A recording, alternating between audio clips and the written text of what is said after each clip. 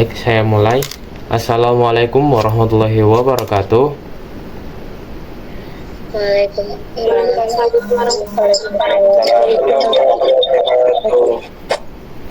Bismillahirrahmanirrahim. Alhamdulillahirrabbilalamin ala asyrafil anbiya'i wa mursalin wa ala alihi wa sahbihi ajmain, amma ba'd. Pertama-tama marilah kita semua panjatkan puji syukur kehadirat Allah Subhanahu wa taala yang telah melimpahkan rahmat serta inayahnya agar kita dapat melaksanakan tugas podcast pada malam hari ini. Tak lupa pula salawat serta salam tidak akan tercurahkan kepada junjungan Nabi kita Muhammad Shallallahu Alaihi Wasallam serta keluarga dan sahabat-sahabatnya yang mulia. Pada malam hari ini kita akan melaksanakan tugas podcast dengan tema isu feminisme dan disorientasi seksual. Namun sebelum itu, izinkan kelompok kami, yakni kelompok 3, untuk memperkenalkan diri terlebih dahulu. Perkenalkan, nama saya Muhammad Hafid Abdul Anwar dan rekan saya sebagai pewawancara dan rekan saya sebagai narasumber. Oke, perkenalkan saya Alfira binti Putri Aditya. Perkenalkan saya Gali Ayu Ningsi. Perkenalkan saya Regina Aprilia. Perkenalkan nama saya Widya Ayamina. Perkenalkan nama saya Sisila Rashida. Perkenalkan nama saya Najwa Febita Putri. Perkenalkan nama saya Bibisar Kakak. Perkenalkan saya Dabira Rashida Nisa. Baik, kita mulai saja podcast pada hari ini. Kita mulai dari pertanyaan untuk kakak saudara Abi Fisyar. Pertanyaannya ialah, apa pandangan Islam tentang orientasi seksual dan permasalahan LGBT? Kepada saudara Abi Fisyar, kami silahkan. Baik, terima kasih atas pertanyaannya. Izin menjawab. Islam memandang hubungan sesama jenis atau LGBT sebagai perilaku yang dilarang dalam syariat berdasarkan Al-Quran dan hadis. Dorongan seksual sesama jenis dianggap sebagai ujian yang harus diatasi dengan kesabaran, doa, dan bimbingan agama. Islam menekankan bahwa praktik hubungan tersebut menyimpang, tetapi mengajarkan kasih sayang, hikmah, dan dakwah bijaksana kepada individu yang mengalaminya, tetapi membenci mereka sebagai manusia. Setiap individu memiliki kesempatan untuk bertobat dan kembali ke jalan yang benar sesuai ajaran Islam. Terima kasih. Baik, terima kasih atas jawabannya. Untuk selanjutnya pertanyaan untuk saudara Farid. Pertanyaannya ialah, apakah ada langkah-langkah konkret dalam Islam untuk membantu individu yang merasa kesulitan dalam orientasi seksualnya, baik dari sisi agama maupun dukungan sosial? Kepada saudara Farid Al-Hakim, kami persilahkan. Baik, izin menjawab. Langkah-langkah konkret dalam Islam untuk membantu individu dengan orientasi seksual yang bermasalah. Yang pertama yaitu pendekatan spiritual.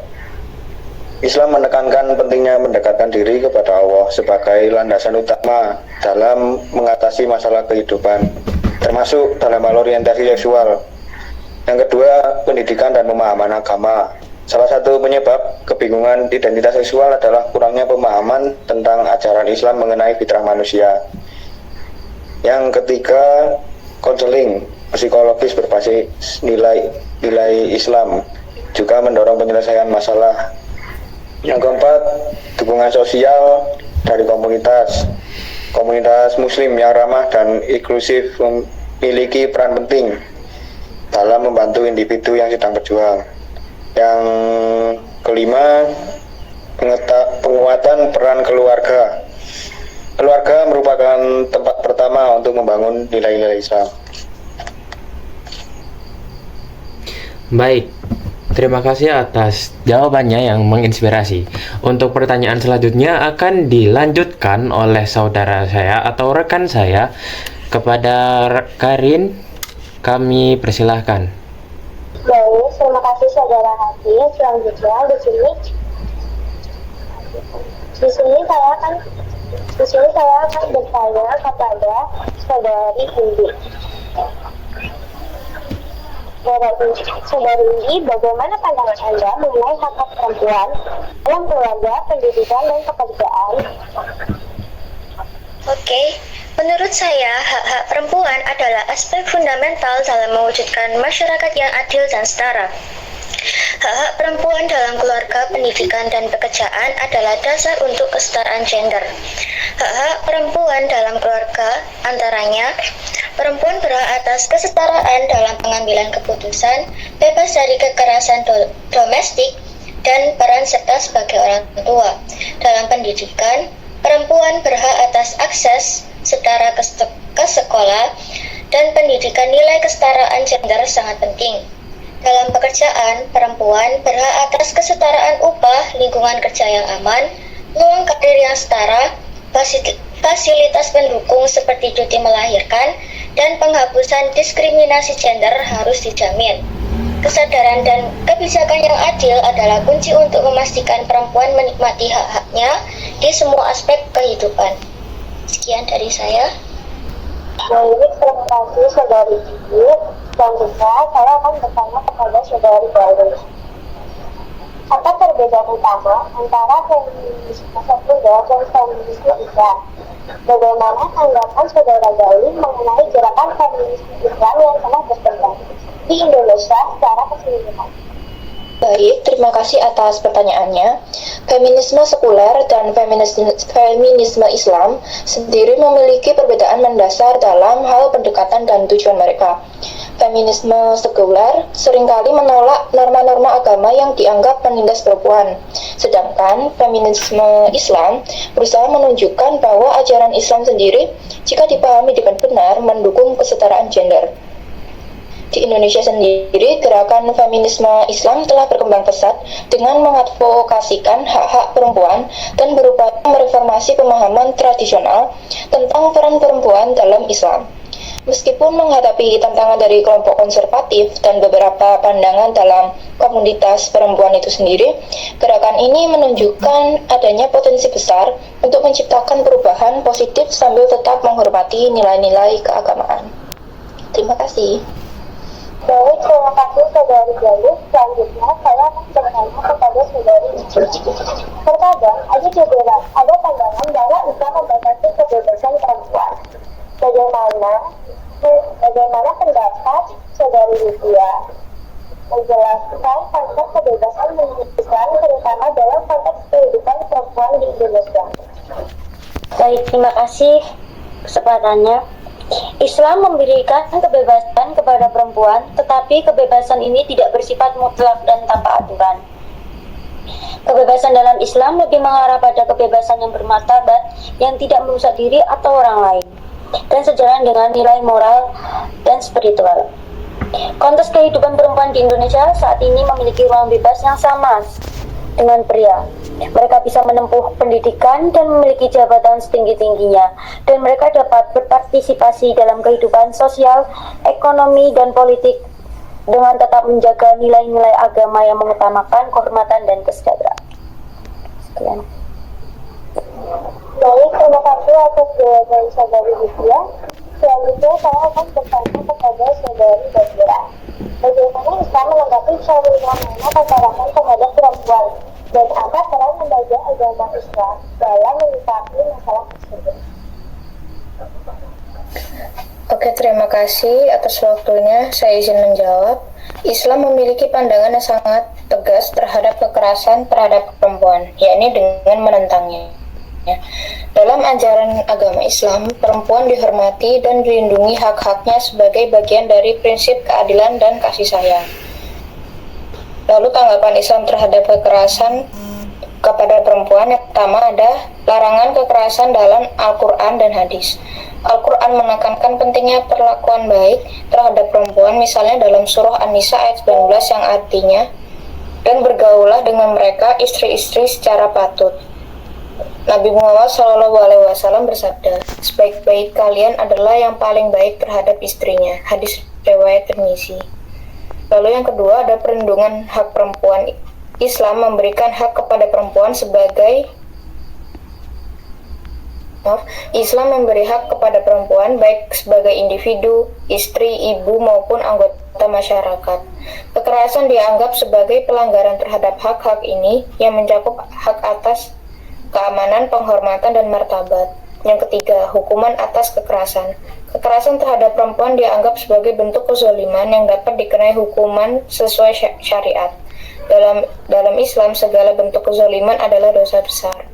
Yang keempat, mendorong dialog dan resolusi damai. Islam menganjurkan pendekatan dialog dan penyelesaian masalah melalui musyawarah untuk menghindari konflik atau kekerasan dalam hubungan. Lalu peran lembaga agama dalam menyikapi kekerasan terhadap perempuan itu yang pertama, edukasi dan penyadaran. Lembaga agama dapat menyelenggarakan pendidikan agama menanamkan nilai-nilai penghormatan terhadap perempuan. Yang kedua, penyelesaian konflik. Membantu mediasi dalam kasus kekerasan rumah tangga untuk mencari solusi tanpa kekerasan. Yang ketiga, ada advokasi dan pembelaan hak. Lembaga agama dapat bekerja sama dengan pemerintah atau organisasi sosial untuk mendukung penghapusan kekerasan terhadap perempuan. Yang terakhir, ada pendampingan korban kekerasan yang menyediakan ruang aman bagi korban untuk melapor tanpa takut dihakimi, memberikan dukungan moral, psikologis, dan material sesuai kebutuhan korban. Sekian, terima kasih. Baik, terima kasih. Banyaknya penjelasan bagian dari sangat bagian. Selanjutnya saya mendengar pendapat dari pimpinan dan membahas Islam sejauh mana wanita diperbolehkan berperan dalam politik dan publik mengingat saat ini banyak perempuan dan sosial yang terlibat dalam politik. Baik, terima kasih. Secara umum, Islam memberikan ruang bagi perempuan untuk berpartisipasi dalam kehidupan publik, termasuk politik. Al-Quran dan hadis Nabi Muhammad SAW tidak secara eksplisit melarang perempuan untuk terlibat dalam aktivitas politik. Namun, ada beberapa prinsip umum yang dapat dijadikan rujukan. Islam dalam dasarnya memberikan ruang bagi perempuan untuk berpartisipasi dalam kehidupan publik termasuk politik. Hal ini didasarkan beberapa prinsip. Yang pertama itu ada kesetaraan dalam hak. Islam mengajarkan bahwa laki-laki dan perempuan memiliki hak-hak yang sama sebagai manusia. Ini berarti perempuan memiliki mendapatkan pendidikan, bekerja, dan berpartisipasi dalam kehidupan masyarakat, termasuk politik. Yang kedua yaitu tanggung jawab. Baik laki-laki maupun perempuan memiliki tanggung jawab untuk membangun masyarakat yang baik dan adil. Perempuan didorong untuk berkontribusi dalam pembangunan masyarakat sesuai dengan kemampuan bakatnya. Yang selanjutnya yaitu keadilan. Dalam menjalankan peran politik, perempuan harus menjunjung tinggi nilai-nilai keadilan, kejujuran, dan amanah. Selanjutnya itu pelindungan. Islam juga memberikan pelindungan terhadap perempuan, terutama terkait dengan kehormatan dan keamanan. Oleh karena itu, partisipasi perempuan dalam politik harus dilakukan dengan cara yang menjaga martabat kehormatan diri.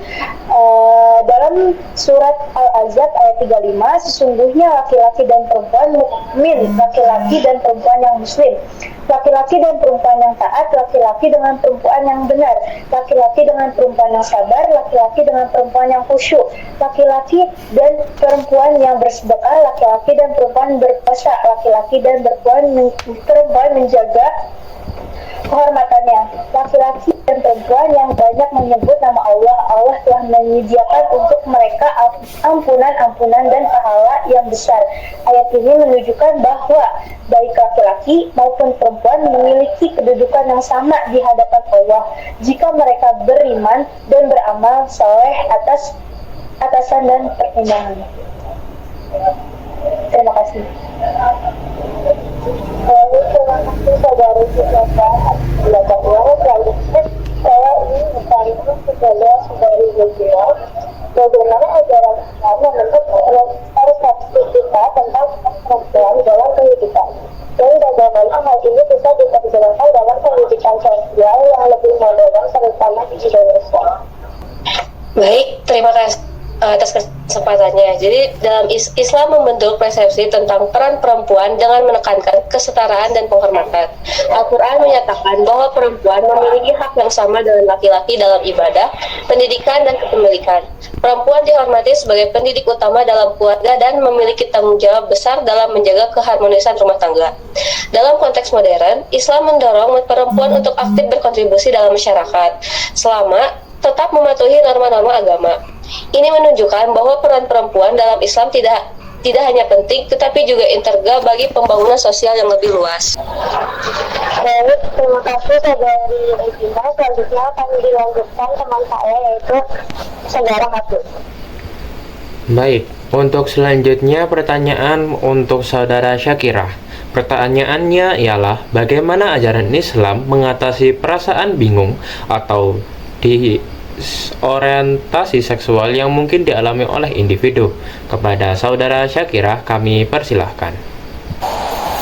Baik, izin menjawab. Ajaran Islam mengatasi perasaan bingung atau disorientasi seksual melalui pendekatan spiritual dan psikologis.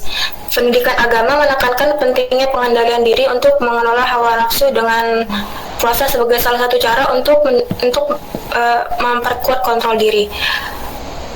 Terapi iman juga dianjurkan, di mana individu diajarkan untuk mendekatkan diri kepada Allah melalui ibadah dan doa. Selain itu, pemahaman tentang fitrah manusia dan pentingnya hubungan yang sah dalam Islam memberikan panduan moral yang jelas. Terima kasih. Terima kasih saya ucapkan. Untuk selanjutnya pertanyaan untuk saudara Najwa Fevita. Pertanyaannya ialah, bagaimana sih menurutmu di Indonesia isu LGBT kerap menjadi perdebatan besar? Apa yang seharusnya dilakukan oleh masyarakat Islam untuk menangani masalah ini tanpa menjebak dalam stigma atau kebencian? Kepada Najwa Fevita kami persilahkan. Baik, izin menjawab. Masyarakat Islam dapat menghadapi isu LGBT dengan pendekatan yang penuh kasih sayang dan empati, menghindari stigma atau kebencian. Hal ini dapat dilakukan dengan mengedepankan dialog terbuka, pendidikan nilai Islam yang mengajarkan toleransi, serta menghormati martabat setiap individu.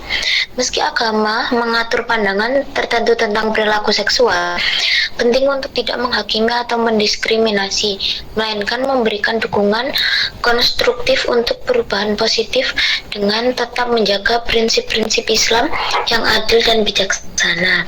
Terima kasih. Terima kasih saya ucapkan. Untuk pertanyaan yang terakhir akan ditujukan kepada saudara Konita. Pertanyaannya, bagaimana Islam melihat peran keluarga dalam mengatasi masalah disorientasi seksual atau kebingungan identitas gender pada anak-anak atau remaja yang sekarang semakin menjadi perhatian di masyarakat? Kepada saudara Konita kami persilahkan. Baik, terima kasih. Di sini, Islam memandang keluarga sebagai fondasi utama dalam membentuk karakter, nilai, dan identitas seorang individu. Ketika menghadapi masalah disorientasi seksual atau kebingungan identitas gender pada anak-anak atau remaja, Islam menekankan pentingnya peran keluarga dalam memberikan bimbingan, kasih sayang, pendidikan, dan lingkungan yang kondusif untuk tumbuh kembang anak seusia sesuai dengan fitrah atau kodrat manusia. Terdapat 5 poin yang saya akan jelaskan. Yang pertama, keluarga sebagai pilar utama pendidikan dan pembentukan identitas. Dalam Islam, keluarga disebut sebagai madrasah pertama bagi anak-anak. Orang tua memiliki tanggung jawab mendidik anak-anak mereka agar memahami ajaran Islam, termasuk mengenal identitas gender yang ditetapkan oleh Allah Subhanahu wa Ta'ala. Al-Quran menekankan pentingnya pendidikan dan bimbingan dalam keluarga, seperti dalam surat At-Tahrim ayat 6, yang artinya, wahai orang-orang yang beriman, peliharalah dirimu dan keluargamu dari api neraka. Ayat ini menunjukkan tanggung jawab orang tua dalam menjaga moral dan spiritual anak-anak mereka, di mana ketika seorang anak atau remaja mengalami kebingungan identitas gender, keluarga harus menjadi tempat pertama yang memberikan rasa aman, penerimaan, dan bimbingan untuk membantu mereka memahami fitrah mereka. Yang kedua, menanamkan konsep fitrah. Islam mengajarkan bahwa setiap manusia diciptakan dalam keadaan fitrah, yaitu keadaan yang suci dan sesuai dengan kodrat yang Allah tetapkan. Kemudian yang ketiga, memberikan kasih sayang dan dukungan. Ketika anak menghadapi kebingungan identitas atau disorientasi orientasi seksual, penting bagi keluarga untuk tidak bersikap menghakimi atau menolak mereka. Nabi Muhammad SAW adalah teladan dalam hal ini, di mana beliau selalu menunjukkan kasih sayang kepada anak-anak dan orang-orang yang membutuhkan bimbingan. Kasih sayang tidak berarti menerima kebingungan identitas sebagai sesuatu yang benar, tetapi menjadi jalan untuk mendekatkan anak kepada solusi yang sesuai dengan syariat Islam. Yang keempat, menjaga lingkungan dan pengaruh eksternal, di mana salah satu penyebab utama disorientasi seksual atau kebingungan identitas gender adalah pengaruh lingkungan dan media yang tidak sesuai dengan ajaran Islam. Kemudian yang kelima, yang terakhir, pentingnya doa dan pendekatan spiritual. Dalam Islam, doa adalah senjata yang sangat ampuh. Ketika menghadapi ujian berupa kebingungan identitas gender pada anak, keluarga dianjurkan untuk terus memohon petunjuk dan pertolongan kepada Allah Subhanahu wa Ta'ala. Saya kembalikan kepada. Terima kasih atas jawabannya. Dan cukup sekian pembawaan podcast Tugas Podcast pada kita hari ini. Saya ucapkan mohon maaf apabila banyak kekurangan dalam pembuatan tugas kala ini, karena kesempurnaan hanya milik Tuhan semata. Dan akhir kata, wassalamualaikum warahmatullahi wabarakatuh. Waalaikumsalam warahmatullahi wabarakatuh.